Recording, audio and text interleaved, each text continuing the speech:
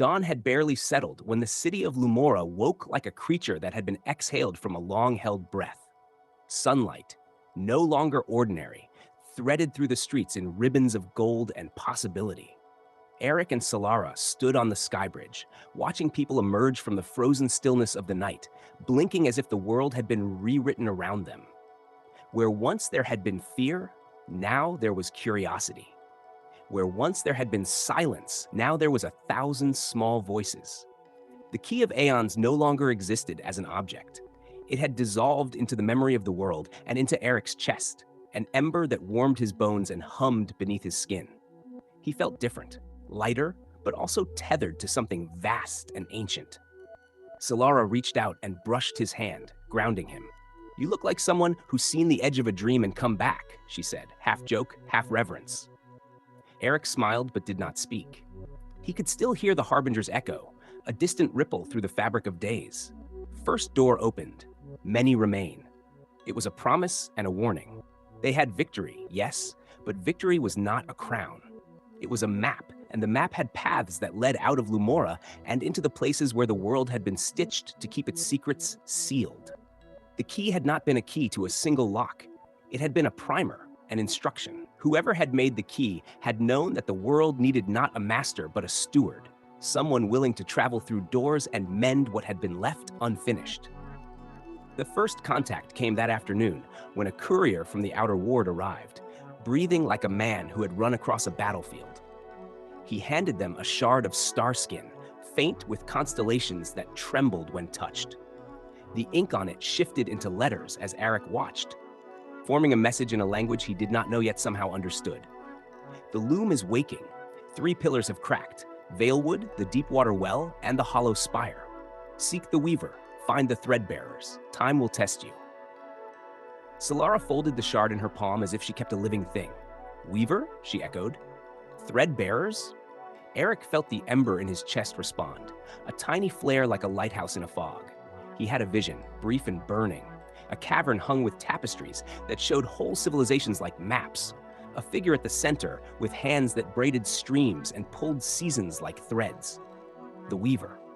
They prepared to leave Lumora at dusk. The High Council, its robes still singed from the night of trembling towers, sent an envoy with a crown of questions. Aaric answered as honestly as he could. "I don't know what the key chose me for, only that we must go." The council conceded, wary but pragmatic. Their first path led west, over plains where the grass whispered like an old song and the horizon glittered with mirages of future and past braided together. On the road, they met Miran, an old cartographer whose maps remembered routes, and Jalo, a boy with compass flowers that pointed toward what one needed. Each joined for reasons that were theirs: curiosity, debt, a promise. It was Jalo who found the first cracked pillar. They came to the Deepwater Well at midnight, where the moon rested like a coin on the black water. The well had been the center of the village's fortunes for generations. That night, its stone had split and the water flowed upward, pouring into a sky that made no sense. Fish swam into stars. Time leaked like a wound. Children glimpsed adults as their younger selves and wept. The pillar's fracture hummed with a voice neither cruel nor kind, simply ancient and weary. "You who mended the first, do you know what you have asked?" Aaric's hand found the place where the key had nested inside him. Though the relic was gone, its instruction lived in his marrow. "We mend it because it is broken," he said. "We mend because the world cannot hold its breath forever." The voice laughed, a sound like distant thunder. "Mending requires trade. Each repair takes a piece of what was or a promise of what will be. Are you willing?" Solara's eyes met his. She did not flinch. "We choose," she said. "We offer what we can. Tell us what it asks." The well answered in images. A child laughing who would forget the song of her homeland. A library that would lose a single page forever. A season shortened by a week so that a plague might be averted. The trades were small and precise, like stitches in cloth.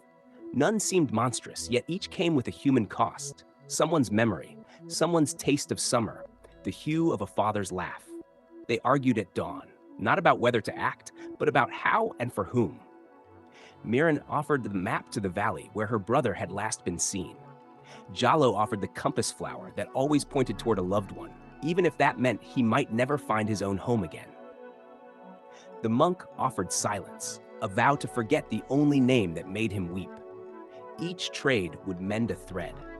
When the sun rose, they knelt by the well and made pledges like sailors casting charms into a storm. The well drank them, small things, chosen pieces of self, and as it did, the upward flow slowed.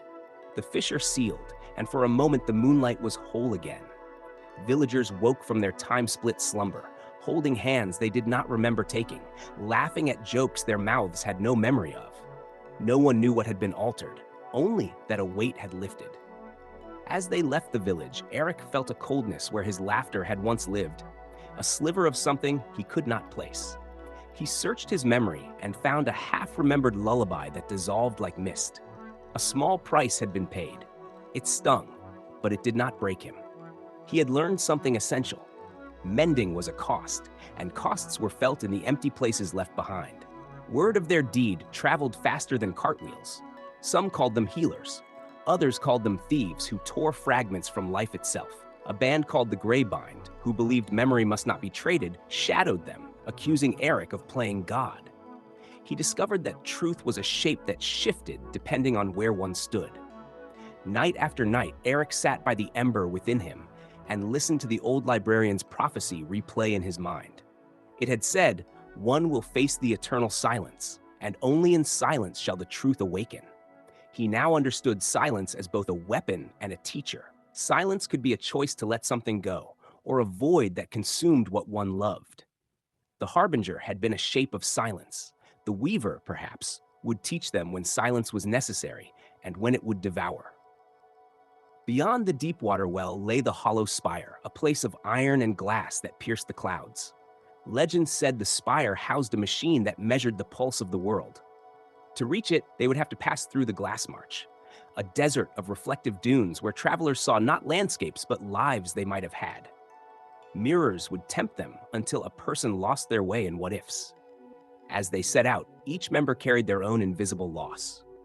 Mirren left behind a map she would never consult again. Jallo's compass flower lay limp in his hand, its petals closed like an eye gone blind. The monk hummed a tune with no words, a small grief that made his steps steady. Even Selara, ever the rock at Aaric's side, moved with a lightness that could be sadness in disguise. Aaric walked between them all and felt both honored and afraid. The world asked for trade, and they answered. He had no illusions that their journey would be easy. He only knew they were moving in the right direction, that each mending pulled the world from the brink a little further. At night, under skies that now held strange constellations painted by the key's final breath, Aaric dreamed of a loom and a weaver who looked like every person he had ever loved. And in his dream, the weaver raised their hands and smiled, as if to say, "Welcome, you have arrived."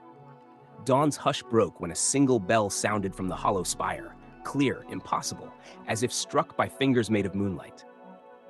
From its note, a silver thread unfurled into the sky and hung there like a promise. Someone had answered the call. A figure watched them from the edge of the Glass March, cloaked, amber eyes.